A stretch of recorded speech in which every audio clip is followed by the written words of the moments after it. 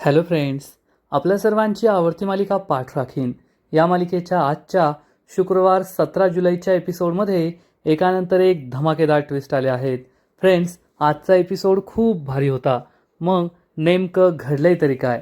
तर आजच्या एपिसोडमध्ये प्राजक्ता आणि भाग्या या दोघींनी मान्य केलं आहे की जे झालं ते झालं, आता सोडून द्यायचं आणि पुढे चालायचं. आणि या दोघी बहिणी पुन्हा एकदा आनंदाने एकमेकींबरोबर राहू लागले आहेत. घरातील सगळ्यांनी सुद्धा हे ॲक्सेप्ट केलं आहे की भाग्याचं लग्न झालं तर झालं, नाही झालं तरी काही प्रॉब्लेम नाही आहे. आणि दुसरीकडे आलोकचा प्राजक्तावरचा राग दिवसेंदिवस वाढत चालला आहे. त्यामुळे प्रीतीने प्राजक्ताला घराबाहेर हाकलण्याचा प्रयत्न केला, पण सुलक्षणाने या प्रीतीची चांगली जिरवली आहे. मग प्राजक्ता आणि आलोकचं लग्न होणार तरी कसं? एक वेळेस प्राजक्ता हो म्हणेल, पण आलोक हो म्हणणार नाही, एवढं मात्र नक्की. मग हे सगळं नेमकं घडलं तरी कसं, हे जाणून घेण्यासाठी हा व्हिडिओ शेवटपर्यंत नक्की पहा. फ्रेंड्स, आजच्या एपिसोडच्या सुरुवातीलाच सगळेजण हे हॉलमध्ये बसलेले असतात आणि चारू ही जेवण करण्यास नकार देते. आजी म्हणते, अगं चारू, असं काय करतेस? कमीत कमी 2 घास तर खाऊन घे. खाल्लंस तर ताकद राहील, एवढ्या मोठ्या संकटाला सामोरं जाण्याची ताकद राहील. खाऊन घे प्लीज. पण चारू स्पष्ट शब्दात नकार देते, नाही आई, मला नाही खायचं आहे. आणि चारूचं असं वागणं पाहून या तृप्तीला खूप राग येतो आणि तेवढ्यात भाग्या प्राजक्ताचा हात पकडून तिला हॉलमध्ये घेऊन येते आणि चारू आजी यांना जाब विचारते, प्राजक्ता माझ्या लग्नाच्या कोणत्याही कार्यक्रमात नव्हती. याचं कारण काय हे मला कळलंच पाहिजे. आजी आणि चारूला मोठा धक्काच बसतो. तेवढ्यात वैद्यबुवासुद्धा बाहेर येतात आणि चारू ही खूप घाबरते. भाग्या चारू आणि आजीला जाब विचारते, माझी प्राजक्ता प्रत्येक संकटात माझ्या पाठीशी खंबीरपणे उभी राहते. मला गरज पडल्यावर ती दुसऱ्या जगातून सुद्धा परत येईल. आणि माझ्या लग्नाच्या कोणत्याच कार्यक्रमात ती नव्हती. ती माझ्या पाहण्याच्या कार्यक्रमात नव्हती, हळदीत नव्हती, मेहंदीत नव्हती, लग्नात नव्हती. आणि या सगळ्याचं नक्कीच वेगळं काहीतरी कारण आहे. कुणीतरी तिला सांगितलं होतं की माझ्या लग्नाच्या कोणत्याही कार्यक्रमात भाग घ्यायचा नाही. हे खरं आहे की नाही? आजी खूप घाबरलेली असते. चारूला सुद्धा प्रश्न पडतो की आता काय सांगायचं. कौस्तुभ, तृप्ती यांना सुद्धा कन्फ्युजन असतं. वैद्यबुवा म्हणतात, हो भाग्या, जेव्हा लग्नाच्या हॉलमधून आपण बाहेर पडलो तेव्हा सुद्धा सासूबाई असंच म्हणाल्या की प्राजक्ता, तुला एक काम दिलं होतं भाग्याच्या लग्नात नाही येण्याचं, ते सुद्धा तुला जमलं नाही.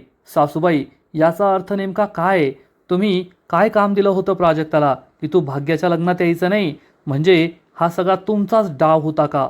हे ऐकून भाग्याला जबर धक्का बसतो. आजी तर थरथर कापू लागते.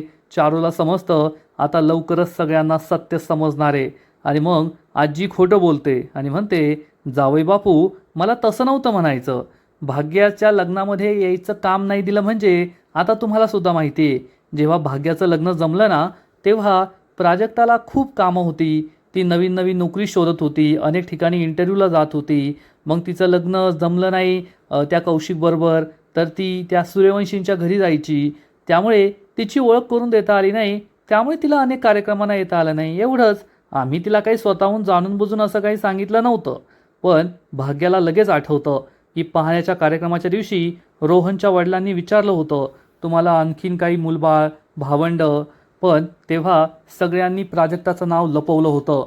भाग्या म्हणते, आजी तू खोटं बोलतेस. मला आठवतंय, पाहण्याच्या कार्यक्रमात रोहनच्या बाबांनी विचारलेलं, मुलीला काही आणखी भावंड, भाऊ बहीण आहेत का? तर सगळ्यांनी लगेच विषय बदलला आणि प्राजक्ताबद्दल कुणी काहीच सांगितलं नाही. हे वैद्यबुवांना सुद्धा आठवतं. चारू आणि आजी खूप घाबरतात. आणि मग भाग्या ही चारू आणि आजीला जाब विचारते, आई, मला खरं खरं सांग, हे सगळं तूच केलं होतंस ना? प्राजक्ताने माझ्या लग्नाच्या कोणत्याही कार्यक्रमात येऊ नये हे तूच तिला सांगितलं होतंस. खरं खरं सांग, सांगितलं होतं की नाही? चारूची हिंमतच होत नाही खरं बोलण्याची. ती गुपचूप बसते. प्राजक्ताला सुद्धा खूप टेन्शन आलेलं असतं. भाग्या चारूला जाब विचारते, आई, तू असं केलंस तर का केलंस? सांग मला, तू प्राजक्ताला माझ्या लग्नाच्या कोणत्याही कार्यक्रमात का येऊ दिलं नाही?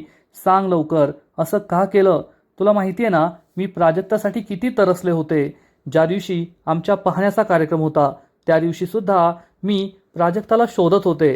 परंतु प्राजक्ता एकतर उशिरा कार्यक्रमासाठी आली, त्यानंतर ती किचनमध्ये होती. मी तिला विचारलं, तू बाहेर का नाही आलीस? तर तिने मला खोटं कारण सांगितलं की माझ्या कपड्यावर पाणी सांडलं होतं आणि हे खोटं कारण होतं. नाहीतर माझ्यासाठी माझ्या लग्नाची बोलणी होतीये आणि प्राजक्ता येणार नाही असं होऊच शकत नाही. ती ट्रेचा आडोसा घेऊन आली असती, पण सगळ्यांसमोर आलीच असती, कार्यक्रमात आलीच असती. हे सगळ्यांना पटतं. त्यानंतर भाग्याला आठवतं की ज्या दिवशी आमची हळद होती तेव्हासुद्धा प्राजक्ता नंतर हळद झाल्यानंतर आली होती. ती हळदीला उपस्थित नव्हती आणि आज लग्नातसुद्धा ती शेवटी आली, ते सुद्धा हुंड्याचे पैसे देण्यासाठी. ती लग्नासाठी आलीच नव्हती. हे सगळं ऐकून चारू आणि आजी खूप घाबरतात आणि भाग्या ही प्राजक्ताला जाब विचारते. प्राजक्ता, तू सांग, तू माझ्या लग्नाच्या कोणत्याही कार्यक्रमात नव्हती, कोणत्याही फंक्शनमध्ये नव्हती, याचं कारण काय आहे? तुला कुणी सांगितलं होतं असं करायला? प्राजक्ता, खरं खरं सांग. प्राजक्ता काहीच बोलत नाही आणि तेवढ्यात कौस्तुभला आठवतं, अरे हो, ज्या दिवशी तुझ्या पाहण्याचा कार्यक्रम होता तेव्हा प्राजक्ता ही बस स्टॉपवर बसलेली होती. मी तिला घरी घेऊन आलो आणि जर तिला तुझ्या पाहण्याच्या कार्यक्रमात यायचं असतं तर ती बस स्टॉपवर का बसलेली? ती स्वतःहून घरी येऊ शकली असती ना, पण ती घरी आलीच नाही. ती जाणून बुजून बस स्टॉपवर बसली होती कारण तिला टाइमपास करायचा होता, तुझ्या पाहण्याच्या कार्यक्रमात यायचं नव्हतं. वैद्यबुवा, भाग्या यांना जबर धक्का बसतो. आजी, चारू घाबरतात आणि मग भाग्या ही प्राजक्ताकडे पाहते आणि प्राजक्ताला प्रश्न विचारते. प्राजक्ता, खरं खरं सांग, तू असं का केलंस? आणि मग प्राजक्ताला आठवतं की सगळ्यात आधी तर मामीने तिला ठणकावून सांगितलं होतं की भाग्याची पाठ राखीन, तिचं लग्न पाहणार नाही. भाग्याच्या लग्नात तिच्या बहिणीने यायला नकोय. मग आजीने तिला ठणकावून सांगितलं होतं, तुझा अवदसा चेहरा माझ्या नातीच्या लग्नात मला नकोय, तू लग्नाला यायचं नाही. हे सगळं आठवून प्राजक्ता खूप दुःखी होते. चारू आणि आजीला भीती वाटते की आता प्राजक्ता आपलं नाव घेते की काय. आणि तेवढ्यात प्राजक्ता सांगते, नाही भाग्या, तुझ्या लग्नाच्या कोणत्याही कार्यक्रमात येऊ नको असं मला कुणीही सांगितलेलं नव्हतं, तर मी स्वतःहूनच तेथे आले नव्हते. हे ऐकून चारू आणि आजीला मोठा धक्काच बसतो. भाग्याचा सुद्धा विश्वास पटत नाही. वैद्यबुवा विचारतात, प्राजक्ता, हे काय बोलतेस तू? तू स्वतःहून भाग्याच्या लग्नाच्या कार्यक्रमात नव्हतीस, पण का? असं काय कारण होतं? आणि मग प्राजक्ता सांगते, मामा, कौशिकच्या बाबतीत जे घडलं ते मला या लग्नाच्या बाबतीत घडू द्यायचं नव्हतं, म्हणूनच मी स्वतःहून भाग्याच्या लग्नाच्या कोणत्याही कार्यक्रमात आले नव्हते. असं करायला मला कुणीही सांगितलं नव्हतं. हे ऐकून चारूला खूप वाईट वाटतं, तर आजी मात्र खुश होते की भाग्याबद्दल प्राजक्ताने आपलं नाव घेतलं नाही. पण चारू दुःखी होऊन म्हणते, बस झालं प्राजक्ता, खोटं बोलू नकोस. घरातील सगळ्यांना आश्चर्य वाटतं की चारू असं का बोलतीये. आणि मग चारू ही पुढे येते प्राजक्ता आणि भाग्याजवळ आणि म्हणते, भाग्या, प्राजक्ताने तुझ्या लग्नाच्या कोणत्याही कार्यक्रमात येऊ नये हे मी तिला करायला सांगितलं होतं, तिने स्वतःच्या मनाने केलं नव्हतं. घरातील सगळ्यांना जबर धक्का बसतो. भाग्याचा विश्वासच बसत नाही की आपल्या आईनेच प्राजक्ताला लग्नात येऊ नको असं सांगितलं होतं. वैद्यबुवा खूप चिडतात आणि विचारतात, चारू, तू असं का केलं? माझा तर विश्वासच बसत नाहीये, तू असं काहीतरी करू शकतेस. आणि मग प्राजक्ताला चारू सांगते, प्राजक्ता, मला माहिती आहे तुला हे करताना खूप त्रास झाला आणि फक्त पाहण्याचा कार्यक्रम आणि मेहंदीच नाही, हळदच नाही, तर आज लग्नाच्या दिवशीसुद्धा मी प्राजक्ताला सांगितलं होतं की तिच्या पाठराखीने तिचं लग्न पाहू नये. म्हणूनच तिने जाणून बुजून जड बॅग स्वतःच्या पायावर पाडून घेतली, ज्यामुळे तिला दवाखान्यात जावं लागलं आणि तुझ्या लग्नात तिला येता आलं नाही. भाग्याला खूप वाईट वाटतं. प्राजक्तासुद्धा दुःखी होते. चारू सांगते, भाग्याने आजपर्यंत जे काही केलंय आणि प्राजक्ताने माझ्या सांगण्यावरून जे काही केलंय ते मीच तिला करायला सांगितलं होतं.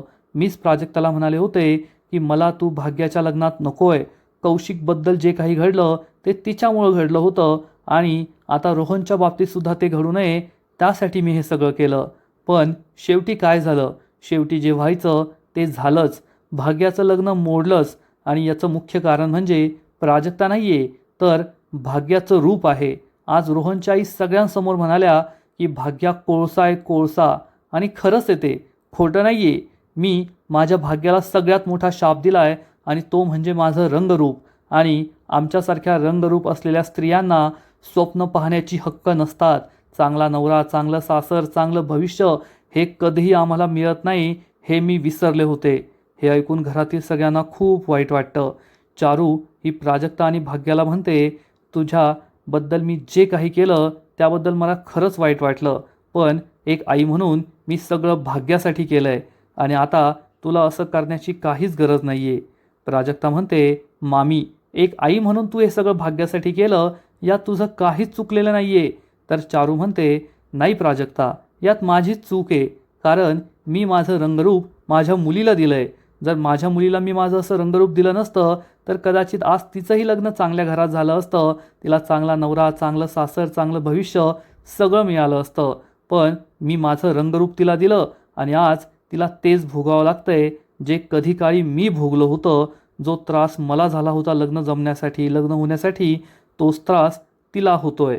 आणि आमच्या नशिबात कधीही सुख येणार नाही हे सुद्धा मला माहिती आहे, कारण जसं आमचं रंगरूप आहे ना, आम्हाला कुणीही पसंत करणार नाही, कुणीही माझ्या भाग्याशी लग्नाला होकार देणार नाही, हे मला चांगलंच ठाऊक आहे. भाग्या ढसाढसा रडू लागते. प्राजक्तालाही वाईट वाटतं आणि भाग्या म्हणते, आई, मी अनेकदा ऐकलंय तू असंच म्हणतेस की तू तुझं रंगरूप मला दिलं, तू दुःखी आहेस, मी दुःखी आहे, पण तुला बाबांसारखा नवरा मिळालाय हे तू विसरतीयेस. बाबांनी कधीही कोणत्या हुंड्याची अपेक्षा केली नाही किंवा इतर कोणतीही अपेक्षा केली नाही. त्यांनी फक्त तुझा चांगला स्वभाव पाहिला आणि तुझ्याशी लग्न केलं. तरी तू असं म्हणतेस की तुझं नशीब वाईट आहे.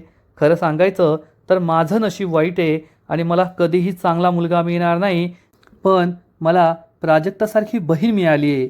आई, तू, आजी नेहमी म्हणत असतात की प्राजक्ता माझी बहीण नाही आहे, प्राजक्ता माझी सख्खी बहीण नाही आहे, पण आज प्राजक्ता ही खरंच माझी सख्खी बहीण नाही, तर सख्ख्या बहिणीपेक्षा कितीतरी पटीने जास्त आहे, कितीतरी पटीने चांगली आहे. आज तिच्यामुळेच रोहनसारख्या वाईट मुलाशी माझं लग्न नाही झालं. आज तिच्यामुळेच मी त्या संकटातून वाचले. आई, तुला असं का वाटतं की माझं लग्न हे प्राजक्तामुळे मोडलंय? प्राजक्ताची यात काहीच चूक नाही आहे. अगं, जो मुलगा माझ्यासाठी स्टँड घेऊ शकत नाही, माझ्यासाठी माझ्या पाठीशी उभा राहू शकत नाही, जो मुलगा आपल्या आईने हुंडा घेतलेला असताना त्याला विरोध करू शकत नाही, असा मुलगा माझ्याबरोबर कसा संसार करू शकतो आणि मला कसा सुखी ठेवेल याचा तरी विचार कर. उलट माझं त्या नालायक मुलाशी लग्न झालं नाही, त्या नालायक कुटुंबात मी सून म्हणून गेले नाही, हे माझं नशीबच आहे आणि हे सगळं प्राजक्तामुळे झालंय. भाग्या खूप इमोशनल होते आणि प्राजक्ताला घट्ट मिठी मारते आणि प्राजक्ताला म्हणते, प्राजक्ता, माझं लग्न नाही झालं तरी चालेल, परंतु तू मला हवी आहे. तुझ्यासारखी पाठ राखीन, तुझ्यासारखी बहीण मला हवी आहे. हे ऐकून सगळे खूप इमोशनल होतात.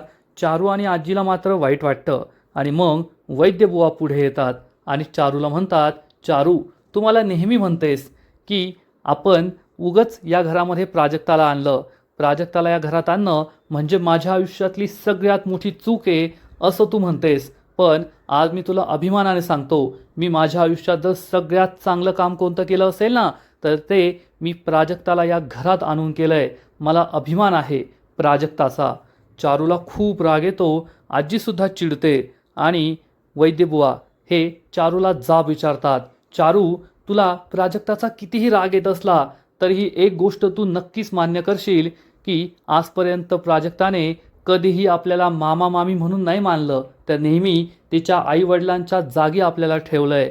आणि जेव्हा तू प्राजक्ताला आपल्याच घरी येण्यास बंदी घातली असेल, जेव्हा तू प्राजक्ताला सांगितलं असेल की चारूच्या कोणत्याही लग्नाच्या कार्यक्रमात येऊ नको, तेव्हा प्राजक्ताला किती दुःख झालं असेल, प्राजक्ताला किती वाईट वाटलं असेल, याचा विचार तू कधी केलाय का? पण फक्त भाग्याच्या सुखासाठी, तुझ्या शब्दासाठी तिने हे सगळं मान्य केलं. तिला हवं असतं तर तिने मला सांगितलं असतं आणि मी हे सगळं रोखलं असतं, पण तिने असं केलं नाही. तर तिने फक्त तुझा विचार केला, भाग्याच्या सुखाचा विचार केला आणि खरंच मला अभिमान आहे की प्राजक्ता माझी मुलगी आहे, माझी भाची आहे.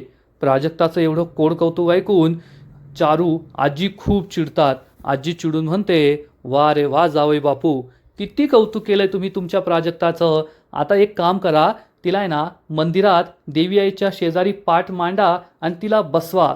तेवढंच राहिलंय, तिची पूजा करायचंच बाकी आहे. प्राजक्ता आणि मामाला खूप वाईट वाटतं. भाग्यासुद्धा चिडते. आजी भाग्याचे कान भरण्याचा प्रयत्न करते. अगं भाग्या, तुला का कळत नाहीये? आज तुझं जे लग्न मोडलंय ना, ते फक्त या नालायक प्राजक्तामुळेच मोडलंय. तिच्यामुळे तुझं लग्न मोडलंय हे लक्षात ठेव. तर भाग्या चिडून म्हणते, बस झालं आजी, तू एक गोष्ट लक्षात ठेव की माझं लग्न प्राजक्तामुळे नाही मोडलंय, तर त्या नालायक रोहनमुळे आणि त्याच्या आईमुळे मोडलंय. त्यांना हुंडा हवा होता म्हणून आमचं लग्न मोडलंय. आणि जर त्यांनी हुंडा मागितलाय ही गोष्ट तुम्ही माझ्यापासून लपवली नसती, मला आधीच सांगितली असती ना, तर लग्नापर्यंत हे प्रकरण गेलंच नसतं. मी आधीच या लग्नाला नकार दिला असता. आजीची बोलतीच बंद होते. भाग्या दुःखी होऊन म्हणते, आई तू नेहमी म्हणतेस ना की माझं लग्न होणार नाही, मला रोहनची आई कोळसा म्हणाली, म्हणून आज मी एक निर्णय घेतलाय. मला लग्न करायचंच नाहीये. या आयुष्यात पुन्हा एकदा कधीही माझ्यासाठी स्थळ आणू नका. मी आयुष्यभर बिन लग्नाची राहील. मला लग्न करायचंच नाहीये. हे ऐकून चारू, प्राजक्ता, वैद्यबुवा, आजी या सगळ्यांना जबर धक्का बसतो. आणि भाग्या ही वैद्यबुवांसमोर येते आणि म्हणते, बाबा माझ्या आयुष्याचा एवढा हा एक निर्णय घेण्याचं स्वातंत्र्य तर मला हवं ना. मला नकोय आता तो लग्नाचा बाजार, ज्या लग्नाच्या बाजारात माझं हे कुरूप रूप विकलं जाईल, ज्यासाठी तुम्हाला घरदार विकून हुंडा द्यावा लागेल. मला हे सगळं नकोय. आजी म्हणते, अगं भाग्या हे काय बोलतीयेस, विचार करून तरी बोल. कौस्तुभ म्हणतो, हो भाग्या, एकदा पुन्हा विचार कर मग निर्णय घे. भाग्या म्हणते, माझा विचार झालाय, मला लग्न करायचं नाहीये. वैद्यबुवा म्हणतात, भाग्या तू जो निर्णय घेशील त्या निर्णयाच्या पाठीशी मी खंबीरपणे उभा राहील एक बाप म्हणून.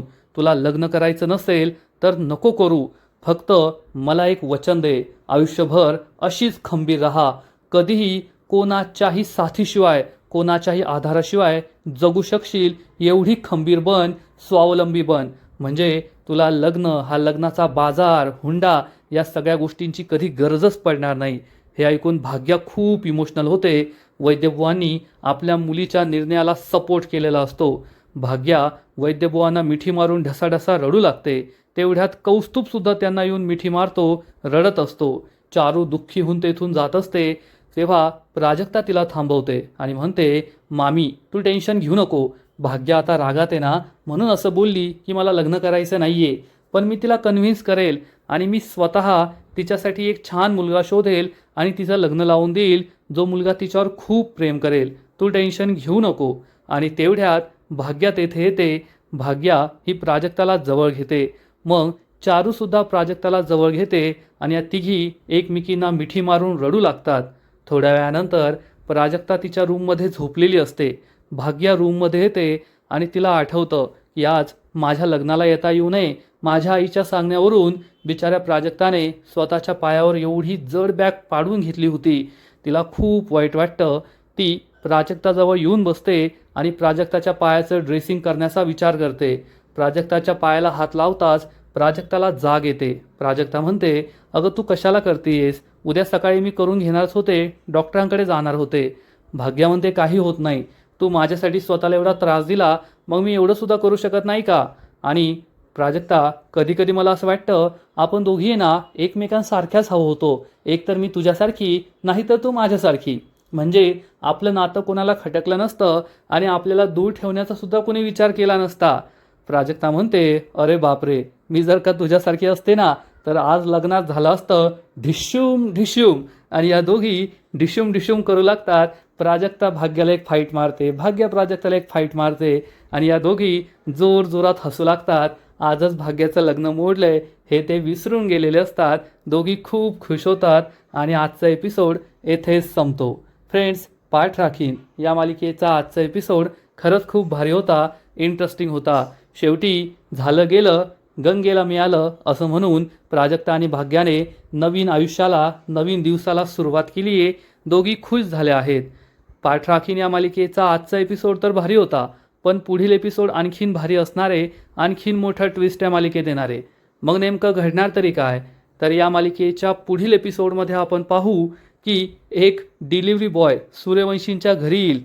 आलोक ही डिलिव्हरी घेत असेल तर हा डिलिव्हरी बॉय म्हणेल, तुम्हीच आहात ना ते सनकी आलोक सूर्यवंशी ज्यांची टीव्हीवर बातमी आली होती. हे ऐकून आलोकला खूप राग येईल. आलोक चिडून म्हणेल, तुला काय माहीत मी सनकी आहे, तुझी हिंमत कशी झाली. आणि आलोक चपलेने मारणार या डिलिव्हरी बॉयला आणि तेथून हकलून देईल. तेथे अंबिका येईल, सुलक्षणा येईल आणि मग आलोक सुलक्षणावर खूप चिडेल आणि म्हणेल, चुका तुम्ही करायच्या, भोगायच्या मी, सुलक्षणा, पार्टी तू ठेवली, तू त्या पार्टीमध्ये प्राजक्ताला बोलवलं, त्या प्राजक्ताने मला जगासमोर आणलं आणि आज त्याचा त्रास मला होतोय. त्या प्राजक्ताला पुन्हा घरात येऊ द्यायचं नाही असं म्हणून आलोक रागारागाने घरात निघून जाईल. प्राजक्ताबद्दल आलोकच्या मनात एवढा राग आहे हे पाहून सुलक्षणाला टेन्शन येईल. मग थोड्या वेळानंतर प्राजक्ता ट्युशन घेण्यासाठी येईल तर प्रीती तिला घरातून हाकलून देत असेल. गेट आउट, आत्ताच्या आत्ता निघ इथून. सुलक्षणा तेथे येईल आणि म्हणेल, प्रीती तुझी हिंमत कशी झाली प्राजक्ताला घराबाहेर हाकलण्याची? तर प्रीती म्हणेल, पण मोठी आई, तिच्यामुळे आपल्याला एवढा त्रास झाला आहे, मग तुम्हाला तिचा इतका पुळका काय येतो? मग आता सुलक्षणा काय उत्तर देईल हे तर पुढील एपिसोडमध्ये कळेल. तर फ्रेंड्स, तुम्हाला सुद्धा पाठ राखीन मालिका आवडते का? नक्कीच कमेंट करून सांगा. आणि या मालिकेचे असेच नवीन नवीन एपिसोड, नवीन नवीन अपडेट सर्वात आधी पाहण्यासाठी व्हिडिओला लाईक करा, शेअर करा, चॅनलला सबस्क्राईब करून बेल आयकॉनवर क्लिक करा. म्हणजे या मालिकेचे नवीन नवीन एपिसोड तुम्हाला सर्वात आधी पाहायला मिळतील. खूप खूप खूप धन्यवाद.